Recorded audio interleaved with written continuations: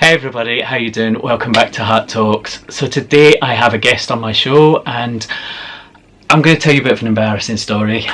This is Mufseen to start off with, but the bit of the embarrassing story is a lot of you will remember the video I did about a photo shoot a while ago, and I got a lot of messages, and they weren't messages of, oh Stephen, that was such a good video, and it was a great interview.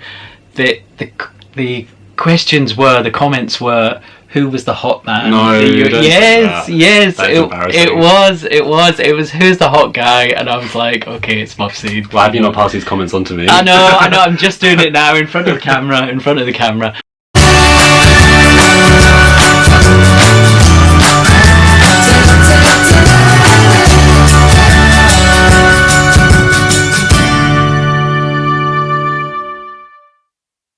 So everybody, this is Mufseen. As I say, he was in the photo shoot video, and he was the guy that was in front of the camera on both sides. You know, he had two cameras. So thank you for coming on to Hart Talks. Thank you for inviting me.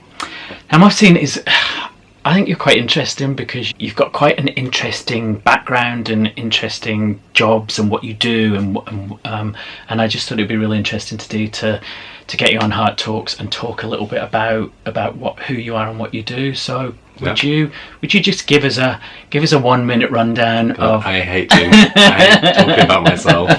putting you on the spot. So I'm a British Bangladeshi Muslim. Grew up in Brighton, so quite a gay city, and I'm a gay man. I usually identify as queer. I'm the co-host of Queer Talk podcast. I'm also an accountant, and sometimes I do photo shoots as well, because representation is really important to me. You've done quite a few photo shoots, as you say. You've been in a lot of magazines, you've been in the newspaper, you've been on the stage at different things recently. So why is it so important for you to make yourself heard and seen? What is it that what's the driving force behind it for you? I think it's twofold. Is I grew up so kind of repressed, and I wasn't really in an environment when I was younger that I could express myself. I was always containing myself in case I was outed or people I feel unsafe, so I'd edit my behaviour.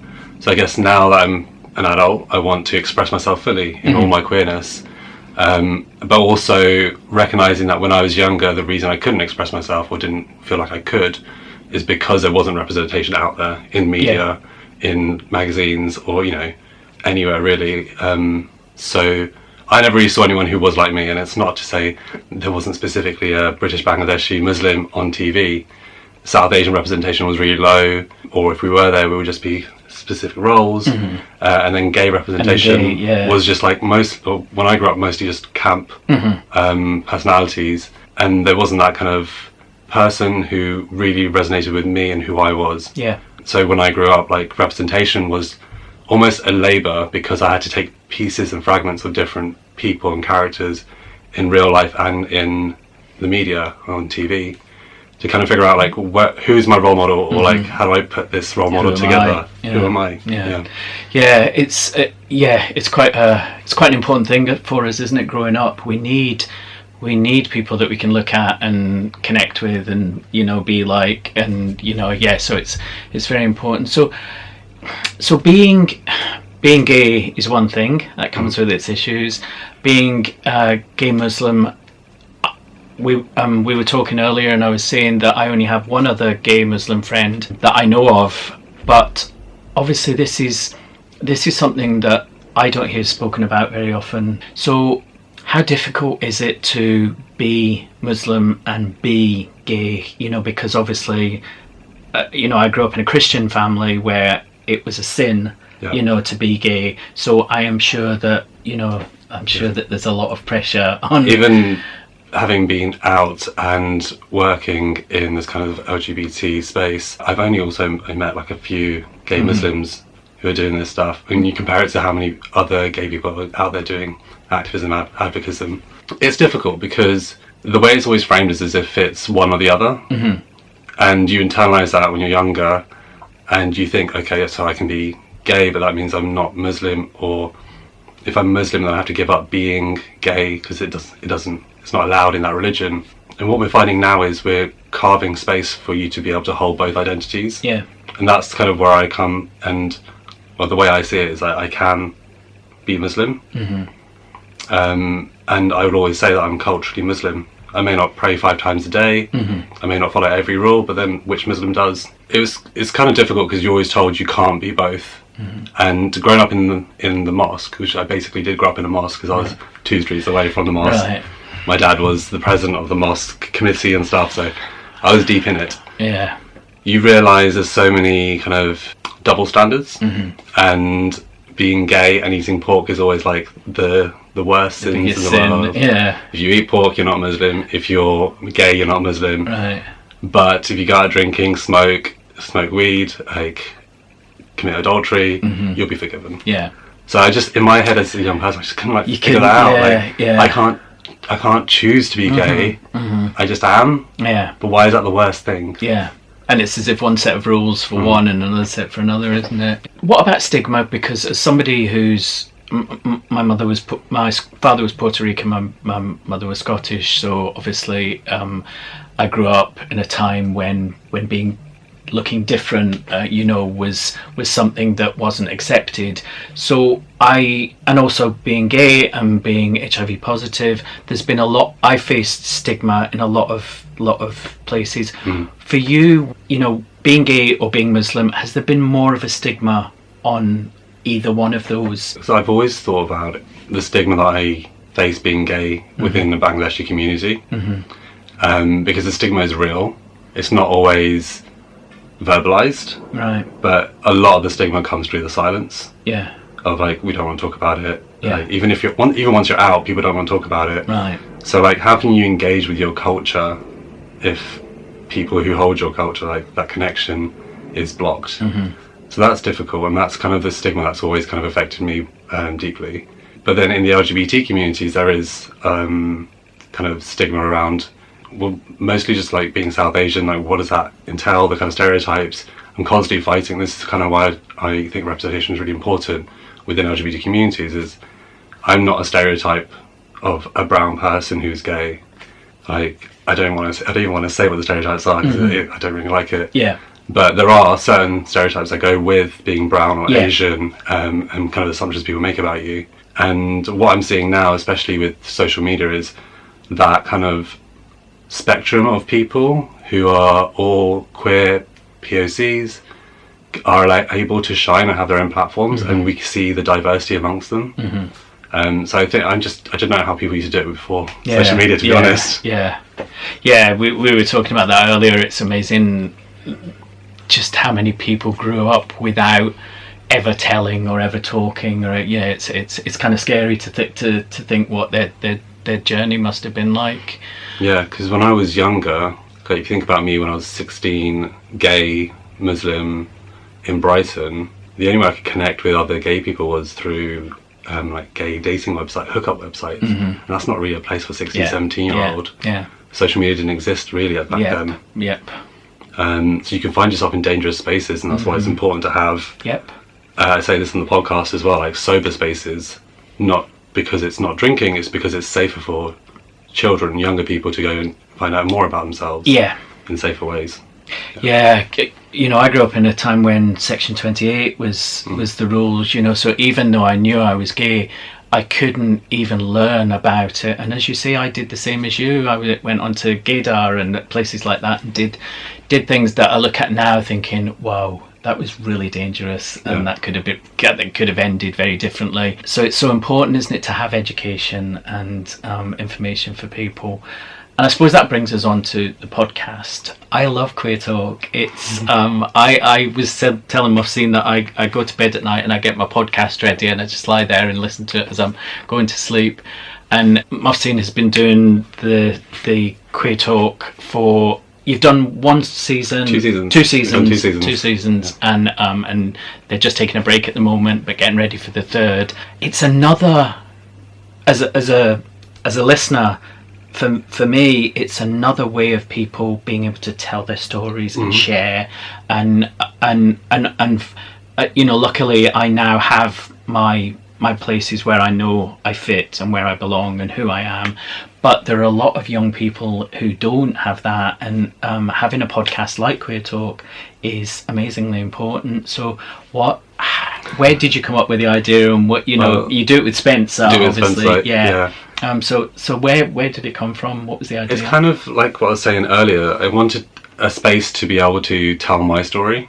So I originally had the idea of doing a podcast for South Asian queers to talk about our culture, and to also share my story on podcasts that I share on social media, like random tweets and pictures, but I really wanted like a narrative. And Spencer had a similar idea about doing a podcast for a magazine, and we had just become friends, and we realised we really had this chemistry that worked. So we decided to do Queer Talk, which was kind of like how you were describing a journey on YouTube. Is you want to tell your story, but then realising like other people's stories are so important, and there's so much bigger than that. Yeah. So now we've done 30 episodes, and I realise I've not actually said much of my story because I'm so interested in what people are telling me. That's true, actually. Yeah. I'm just listening to other people's stories, and I'm learning so much. Yeah. And then we had this reflection moment after season 2. It's like, we don't really talk about ourselves anymore, but that's okay. Yeah. We're allowing, when we talk about allyship within the queer community as well, like, it's all about platforming people. Yeah. So I'm very happy just platforming other people's stories.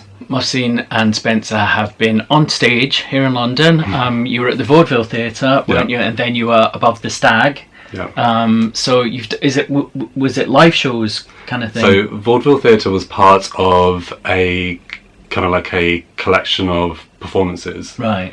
To celebrate legends of lockdown, so people, entertainers during lockdown. Yeah. And we were invited to do an interview. We are not actors, we're not performers, we're just people with microphones. So it was quite a big deal for us to be up on like a West End stage, even for like 10-15 minutes. Yeah. But it was really exciting. It's amazing. Yeah. It's amazing. I was like, wow, because I hadn't heard about it until after it happened. But yeah, it's amazing to be up there and be able to continue doing what you're doing, and it shows that what you're doing is making a difference. I don't think we take that on sometimes. I know with my show, everybody said this has made a real difference, and I couldn't absorb that until about a year after I finished the show, because we're so in the mindset of, okay, this is what we do, this is just what we do, but it's important sometimes to remind ourselves that it really does make a difference. That's interesting that you say that, because if I think back 5 years ago, I never thought I'd be up on a West End stage talking about stuff. I never thought I'd have a podcast. I sit in my bedroom talking on a YouTube channel. But I think my mentality from when I was younger, like in my teenage years, was very much like just focus on moving on to the next step, like get financial stability, start your life, get away from like any homophobia. So you're so like focused on looking forward, you rarely look back and recognize how far you've come.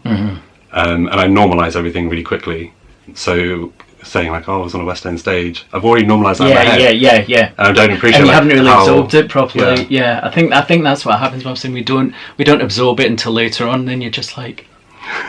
But yeah, I wanted to touch on family, because obviously some of my family background, and it's been pretty chaotic. And how difficult has it been for you? Just because I know you had to make a break from your family, and you had to put yourself first, which I think we often don't realise is allowed and is acceptable.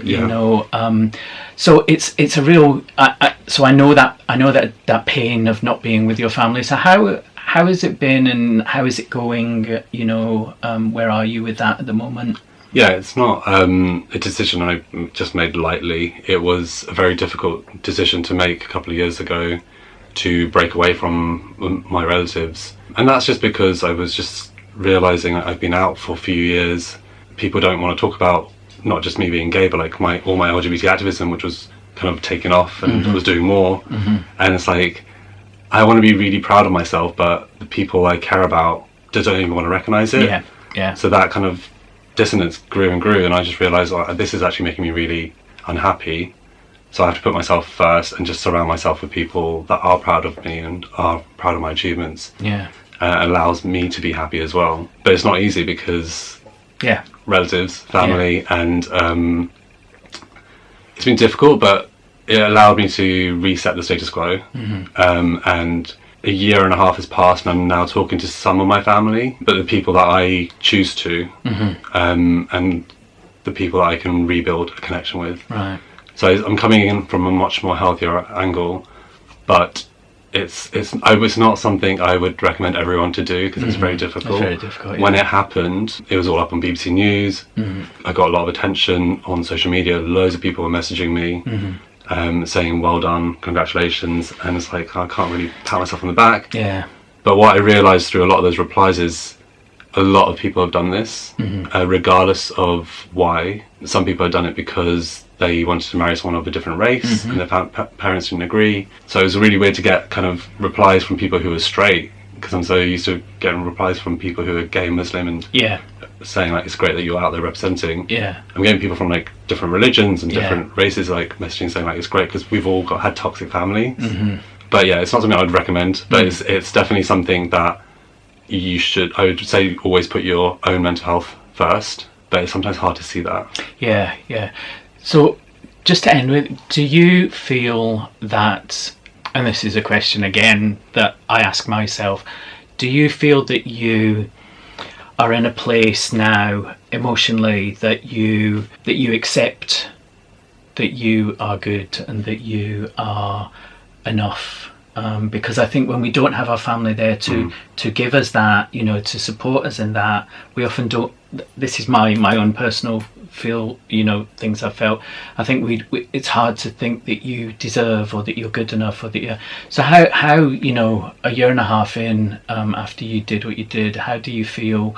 And with all the work you've done on top of that, is there any form of acceptance or? Yeah, I think part of the decision a year and a half ago was that, my parents I would never be enough. Like, it doesn't matter how hard I try. Maybe when I was younger and I got good grades, like, that's when my parents thought I was enough, and that's great because that's kind of reinforced the validation. But as an adult, I was realising I'm never going to get acceptance because they just culturally can't connect with the fact that I'm queer. In a year and a half after breaking off from my family, I would say that yes, there's some self-acceptance. There's still a bit of a journey to go, but I'm lucky enough to have some really good friends who keep reminding me that I'm enough. And it's like having a mantra to yourself that you repeat. Yeah, it's great to have that from your friends. Yeah, I think if I can ever claim to be older, well, I can claim to be older definitely, but older and wiser. It's been 20 years for me, and I think that what you learn is that it never goes away. That feeling of, be it loss, be it emptiness, it never goes away completely. But you learn that you can put it in a place that it doesn't destroy you. And I think that's what my journey has shown me. And all our journeys are different, but it just if that helps in any way, shape or form, Well, Mufseen, thank you for being on Hart Talks. It's been great to have you on. Where can people find you if they want to see who you are? So I'm fortunate to have a weird name, so you can find me on @Mufseen on any social media platform. It's not a difficult one. Thank you, Mufseen. It's been great to have you on. And if you have any questions for Mufseen, please put them in the comment section below. If you have any questions about any of the things that we've spoken about, again, pop them down below. Please remember to like, share, comment and subscribe. If you think this video would be useful to anybody, then please pass it on to them. Please hit that like button, and I will see you in 2 weeks' time. Mufseen, thank you very much.